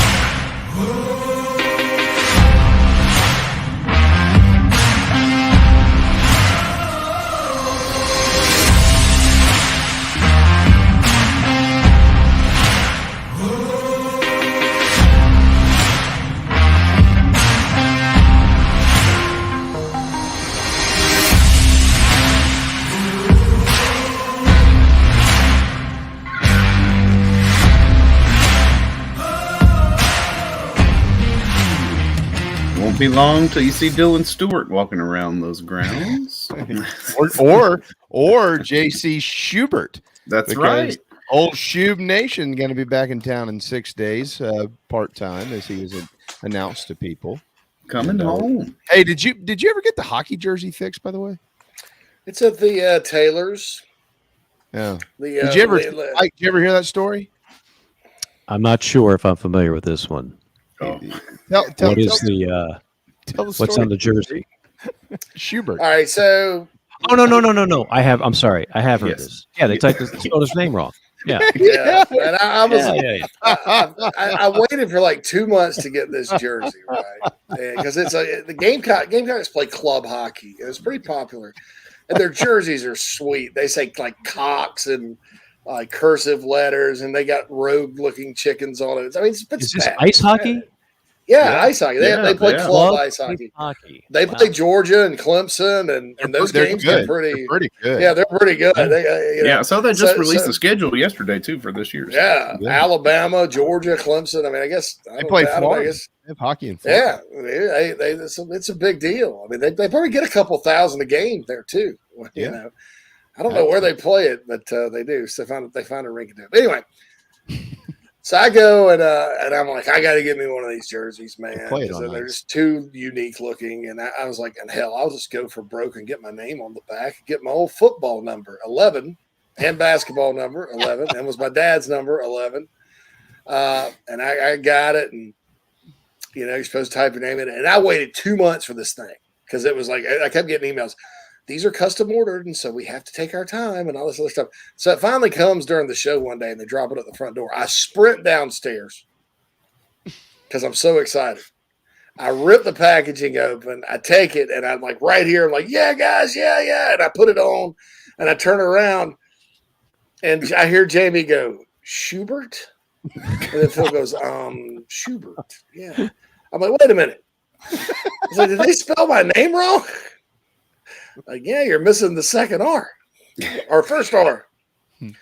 And I went back and looked because I was about to be mad. And let's just say I misspelled my own name when I was ordering. That's what alcohol does. You can't even spell your damn name anymore. I'm pretty sure. I don't know. I can't guarantee you I hadn't had a few beers when I ordered that thing, especially when I decided to put my name on it. That's not really something I normally would do. No late night orders. I took it to the embroiderer that I use up here, and she's a Lithuanian. Lena, but Lena's been very busy. She said, I'll be very busy. I can't get to this very well. So maybe it'll be back to me by the sort of football maybe season. You can go to a game this fall with that jersey on, now that you'll be down here a couple weeks a month. Probably too hot to wear a hockey jersey in Columbia, right? Well, not in a building with ice in it. I mean, you mean a hockey game? Yeah, hockey game. So hockey. Can you? Let's talk about it. I actually can. I haven't ice skated in 15 years. I used to. You probably go ice skating, right, JC? Instead of going snow skiing, when I used to go on ski trips with my church when I was in high school, and risk breaking my leg, I would go ice skating, and I learned how to do it. It's actually easier than roller skating. I bust my butt roller skating now, but never ice skating. So, wow, it's actually fun. I haven't been in years. Can you pull a triple Lutz? No, triple Lutz. I'm standing there with my arms. I'm like a toddler. But don't fall. You know. Let's talk about this Florida State thing because we brought it up on JC and Morgan. Yeah. And Quantrell in the chat box says they're going to the Big Ten. I'm just not buying it. And if Big 10, Big 12, Big 10. Oh, Big 10. Oh, he thinks the Big rumor 10. is it's been on blogs and like some of these rogue blogs. And yeah, Twitter. it doesn't mean anything to me. But fans are starting to believe it. And our Florida State guy actually did say he wouldn't be surprised if there was something voted on at Florida State on August 15th. It has to be by the 15th. I got a text from somebody tied in with Clemson that said Clemson to the Big Ten. Now, he's right sometimes and wrong sometimes. I mean, just like everybody. I just think this, and I'll let Mike run with this. When these moves have happened, these gigantic, earth-shattering moves, it's never been the blogs. I think A&M to the SEC was sort of known, but nobody called Missouri until the news broke. Nobody called Texas and Oklahoma until Swearingen down there or whatever the guy's name is, the reporter that broke it at Media Days last year. UCLA and USC came out of nowhere. I just can't see it being like something that some of these people know that other people don't, like connected people, and them being right on it. That just has never happened. I am in the same camp as JC. I have not seen a scenario that is spelled out how, if you left the ACC in that contract for another league, how you're going to not lose money in the deal. What it would require is the destination league, let's say it is the Big Ten, to fork over a bunch of money to fill that hole, and basically almost floating that program until that penalty, the grant and rights penalty, is up. There's a reason why these programs haven't seriously entertained leaving the ACC already. It's because they can't. It's because of the contract. That contract has not changed. Florida State has already kind of made a flex move. Remember last year, there was all this like, oh, we're about tired of this now. I mean, we're done. Okay, what are you going to do about it? Well, we're mad. Okay, what are you going to do about it? Well, people love us. They would love us in their conference. Yeah, go ahead and try to make that deal. How are you going to do it? Right. So unless some really creative backdoor entrance to make this happen has come up that nobody else has seen for the last 12 plus months, I don't see it. I just don't see it. The contract is what keeps Clemson and Florida State, and maybe more, maybe North Carolina, maybe Virginia, from moving. It's the contract. So, look, I've said this before. Greg Sankey and now Petiti of the Big Ten are the only two conference commissioners that truly can put their head on the pillow every night and know that none of their teams' programs want to leave and are going to flirt and have wandering eyes. Every other league in the country has to play defense a little bit. The Big 12 is playing defense. The Pac is like playing defense. I'll stay with your hockey analogy. It's like playing defense, but your goalie has 2 torn ACLs and a broken hand. So they're not stopping any. The pucks just keep going right into the net every single time. They pulled the goalie. The Pac has pulled the goalie. But the ACC has to worry about that. The Big 12, they're still a little bit scarred from losing the 2, but I think they've done a remarkable. I'm impressed by their commissioner. Yormack, he's got it. Kliavkoff, Larry Scott before him. Doesn't have it, no. The Big Ten commissioner before the current one, who screwed up COVID and had to retract on that, and then they're still cleaning up his TV mess. I'm not saying Jim Phillips is a bad commissioner of the ACC either. I mean, he kind of walked into what he walked into, but he's got to wake up every morning knowing I got programs that desperately want to get out of my league, and that's a tough spot to be in. But I just don't see it happening right in the immediate future. I just don't. I have some questions that I think will help here. First of all, to Coach, whoever you are, he says, "Hello, guys. Active duty Coast Guard on leave today. I watch the show. I watch every show after work.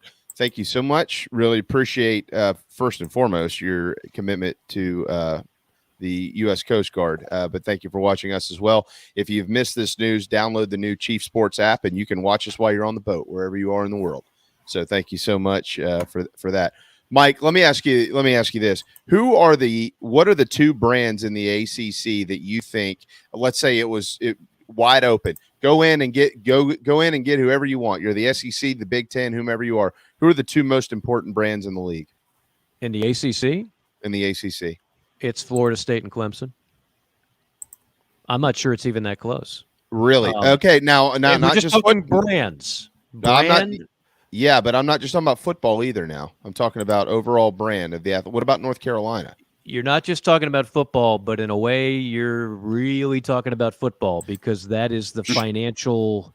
Sure. I love me some college basketball, and it is a factor.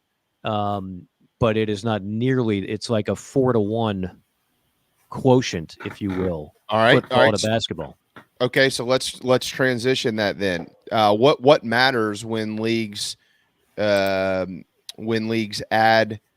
athletic departments into them? Is it TV dollars or what matters? Yeah, good question. Because here's the distinction that has to be made compared to what it was before. Like when Missouri and A&M entered the league, it was as much about market size, getting St. Louis, getting Texas, and expanding the footprint. for the launch of the SEC network. We're not launching conference networks anymore. They've already been launched. So, yeah, market size is a bonus, but brand trumps market size.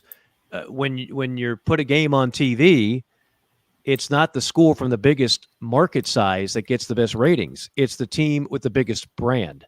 And the two within that conference are Florida State and Clemson right now. And people say Miami. I mean, Miami's got some things to figure out. Okay. Yeah. They're playing their football games at a stadium that is nowhere near campus. I mean, nowhere near campus. They can't put fannies in the seats. They've been bad. Their sugar daddy just got. He's now under a lot of investigation. If you don't know who I'm talking about, Google it. John Ruiz. That's him. And Clemson's got 2 national titles in the last 10 years. They are a brand. Florida State is certainly a brand. So to me, North Carolina and Virginia, that doesn't mean that, for example, if the SEC expanded, that they would go after Florida State and Clemson ahead of Virginia and North Carolina, because the SEC looks at it differently. The SEC's got brand; they're oozing brand, okay, and they might look at it as expanding the footprint, not because of market size. I mean, if you've been to Charlottesville, I get it. DC's not that far off, but I would not rule out North Carolina, Virginia if the SEC added 2. A lot of people will assume if Florida State, Clemson, well, they've already got a program in Florida, and they've already got a program in South Carolina. So I don't know if the SEC is anxious to get those 2 brands. The Big Ten, however, I would certainly think they would jump at it if they could. As ambitious as they have been, they're constantly, okay, anything you can do, SEC, I can do better, in the form of adding brands, which is what they just did with the 2 California schools. That would make them a true nationwide conference. You'd be connecting the West Coast to the East Coast. Which is pretty much what they are now. Right. And I could see that happening too. I mean, North Carolina and Virginia academically would certainly be fits in the Big Ten, like school profile wise.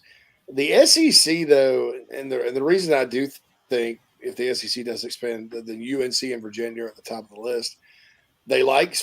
Think about this. They love flagship institutions. Right. Think about the University of South Carolina, the University of Arkansas, the University of Missouri. Mm-hmm. A&M is kind of a co-flagship. Well, then they go add the University of Texas and the University of Oklahoma. Right. Yeah, the University of North Carolina, University of Virginia. You have just about, you have every flagship institution in the South.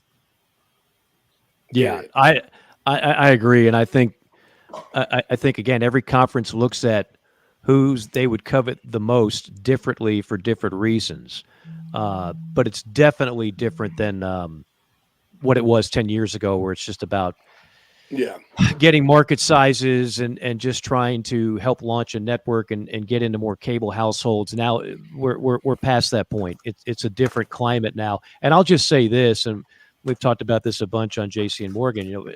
I'm sure there were people out there wondering, why was I so obsessed with Colorado, which we've been talking about for a while, leaving? Because this is the chain reaction that I was very confident would happen. Once Colorado did that, now the pack is in full defensive mode, and the vultures are out to gobble up more. From what I'm reading now, Arizona State, Utah, they're kind of working in concert with one another. So if the Big 12 adds 1, they'd probably add all 3. Now all of a sudden the Big 12 is a 16-team league, and a pretty good one at that. But the SEC and the Big 10, it's like 1980s Cold War stuff. It's America and Russia. They are both keeping an eye on what each other do. And there's no question neither one of them have to do anything, and they're already going to be the top leagues in college football for a long, long time. I mean, we no longer have a Power 5. We have a Power 2, and then there's a big gap, and then there's whatever's left with the ACC, the Big 12, and whatever is left of the pack. But what makes the chain reaction, the domino effect truly happen is that the Big 10, if they see this as an opportunity to pounce on somebody, well, then all of a sudden Now the SEC, which feels and I'd take Greg Sankey at his word, feels very good about the 16 he has no need or want to add more. But if the Big Ten added 2 heavyweights, now all of a sudden the SEC probably gets a little more aggressive. They start answering those phone calls a little bit more than they have. So a simple thing like Colorado, a program that has done next to nothing in the last 10 years, jumping a sinking ship for the Big 12 can set off all kinds of bombs here. But to all the internet rumors out there, I just don't think it's going to happen that quickly in the Big Ten. Well, as it pertains to the ACC schools leaving, I don't see that in the near future. I just don't see that. Who knows, Mike? I mean, it just we do this every single year now between the months of pretty much July and August, and then they start playing football and everybody forgets about it until it happens. It used to be coaching changes were the most that was the most exciting story in college football for the week. These things trump that by a country mile because these things change the landscape of college football. They don't just change the landscape of a particular program. And we're having this conversation from a business standpoint. The fact of the matter is, if you have it from a wins and losses standpoint, a fanatical standpoint, if you're Clemson and Florida State, you're an absolute idiot to want to get out of the ACC when it comes to getting into the college football playoff and things like that. You've got to no question. Well, I think Dabo looks at it the way Bobby Bowden looked at it in the early 90s 100%. When they declined an invitation to the SEC, and Bobby Bowden, in typical Bobby fashion, was, well, hey, why would I want to do that? I mean, that's a tough league. I'm happy where I am. You know, I'm sure he was right. He was right. He was 100% right. I think Dabo looks at it that way too, but he also knows if they're getting trumped by $20 million a year in TV money, maybe even closer to 30, 40 as time moves along, can you sustain that gap? Can you make it up in IPTAY and other type of donations? I don't know if you can. I'm just praying Clemson goes to the Big Ten and that group gets a road game at Minnesota in November. Or Northwestern, or Iowa. Half those guys probably don't even. Half of them probably like, "Hey, go Tigers!" I didn't even bring any long sleeves because the Metrodome is very warm. Bubba, they don't play in the Metrodome anymore. They have an outdoor stadium. And so they're going about like getting this orange emergency roadside cruise stuff, and they're up there doing Tiger Rag, freezing to death in the roadside orange, and dude, I can't wait. I can't wait to see Southern Cal and UCLA look like Sanka Coffee headed to the Olympics in 1992 or whatever it was. The Jamaican bobsled team. Hey, how's that road game at Wisconsin in November working out for you, Trojans? It's freezing, bro. They're literally going to look like the Jamaican bobsled team when they get off the plane. We're laughing at that, but truth is, if you're Southern Cal, you suck it up for a couple road games in November. It's well worth the move. Like I get why. For the money, for the money. I mean, you see where the pack is headed now. Like they're going to be just fine, and that move to the Big Ten is only going to help their profile. Which I still maintain college football is at its best when you do have a Southern Cal that's a heavyweight. Like. Yeah. That everybody has seen that map now, right? Where it's like the last, 15 national championships, and it's this strand in the southeast that goes from like Louisiana to, I guess, Clemson. Would that be the most north? Yeah, state of South Carolina. Yeah. Yeah. So that's it. Like you have the Ohio State in 2014, and that's everyone but that one is in that strand. That's not really good for the sport. I realize not everybody cares about the good of the sport. Some people are like, I don't care about the good of everybody else, just good about me. But I don't want to see the sport just completely be. We were already at the point where it's insanely predictable, right? I got a dark horse. I think Michigan wins it, not Georgia. Wow, really going out on a limb there. I mean, that's where we are. That's good where point. we are. Like somebody emailed us on JC and Morgan. Who do you think? What coach wins their first national championship? And it got me to thinking. Like I said, Brian Kelly at LSU, but it didn't just say it because I think Brian Kelly is a really good coach. I said it because he's at LSU. If Brian Kelly was still at Notre Dame, I wouldn't have said Brian Kelly. If Brian Kelly was at 90% of the other programs in Division I college football, I probably wouldn't have said Brian Kelly. But because he's at LSU, it's a pretty safe bet. Because Lincoln Riley's at Southern Cal, it's a pretty safe bet. We have gotten to the point where there's maybe 5, 6, 7 programs that we truly believe have a chance to win a national championship every year, and everybody else is playing for something else, which is why we desperately needed playoff expansion, which thankfully we'll have next year. I would even go a little bit further to say that there's 7, but by the time the season kicks off, there's really only 4. Agreed. You know what I mean? Yeah, no, I wouldn't disagree with that at all. There's 7 in August. There's 4 in September. I guess JC decided he'd had enough for today. JC just tapping out. I mean, I look, TCU is a great story, but you may not see TCU again for a long, even in a 12-team playoff. That's going to be really tough to do. Yeah, that 12-team playoff, and is then they got certainly smoked, and that unfortunately that just reminded everybody. That's been the issue with the playoff. Is a lot of these. Notre Dame is another example of a team that gets in there, and we all have the conversations. Do they deserve to be in or not? And then the ones that generally you feel like don't deserve to be in there, go in there and get their rear ends kicked. That's right. That's right. You know, I mean, but the 12-team playoff, it's going to take time. It will take time. But down the road, you know, I think it will build a stronger base, or at least it'll widen the base of teams that can go in there and play. I mean, somebody has to win the games. So, right. You know, they are going to play them. Someone has to win, and then they'll keep moving on, and it'll still be Georgia and Alabama that win it every year. So, anyways. You think 12-team playoff would have weeded out TCU earlier? Like, you think they fall in the first round? Probably. I don't know about the first round. I don't know about the first round, but I think the Final Four. I don't think they would have made it to the title game. That's for sure. I think you would have seen Alabama in the Final Four. Personally, yeah. I mean, I agreed. You should have seen Alabama. Well, that's the other thing, because you got there's always these. Your record says what your record is a direct reflection of your team, and that's always going to be a mentality. Even though it may not be true. People have Alabama fatigue, so they lose 2 games by combined 4 or 5 points, and it's like, let's keep them out. Yeah. But nobody wanted to play Bryce Young in Alabama in a playoff last year. Nobody. No. I mean, they certainly could have competed with anybody out there, including Georgia. But look, Georgia was the best team. We'll see if they're the best team this year. We will certainly find out. This is, again, it's going to be fun. Here's the good news for everybody. We know everybody's still here except for one of the hosts, JC.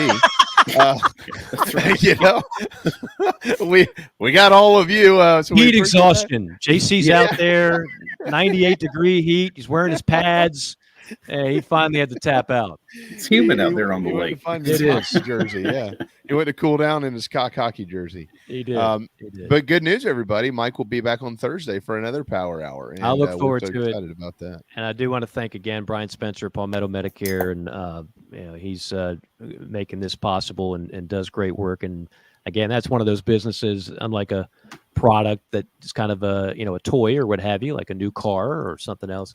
It's something that, if you're around that age, or we'll all get there sometime, hopefully, you want to make sure you've got somebody to help you out and get the best financial situation you can. So call that number, 803-960-9484. I joke about Brian, but he's actually a terrific dude who is excellent at what he does. Yeah, too. I absolutely 100% agree on that. And for those of you who are concerned about looks, apparently don't be concerned about looks. With Brian Spencer, he's Palmetto Medicare. In truth, he's actually in better shape than all of us combined. But it's a lot funnier if I just say he's not. Hot. All right. Thanks to Hale McGranahan for joining us in hour number 1. And what a day for Gamecock football. The commitment of Dylan Stewart. It's a nice time to gain one of the top players in the country heading into fall camp, which will kick off on Friday morning at 9:20. We will have plenty of coverage of that throughout the week as well. Mike will be back on Thursday for Power Hour, brought to you by Palmetto Medicare as well. Thanks to JC as always, and all of you. Reminder, tell your friends, parents, neighbors, and the whole 9 yards, enemies, that the Chief Sports Network is up and the Chief Sports app is out, and you can access us from anywhere in the world with that. Look through it too, some fun stuff, including high school football scoreboards and so on and so forth.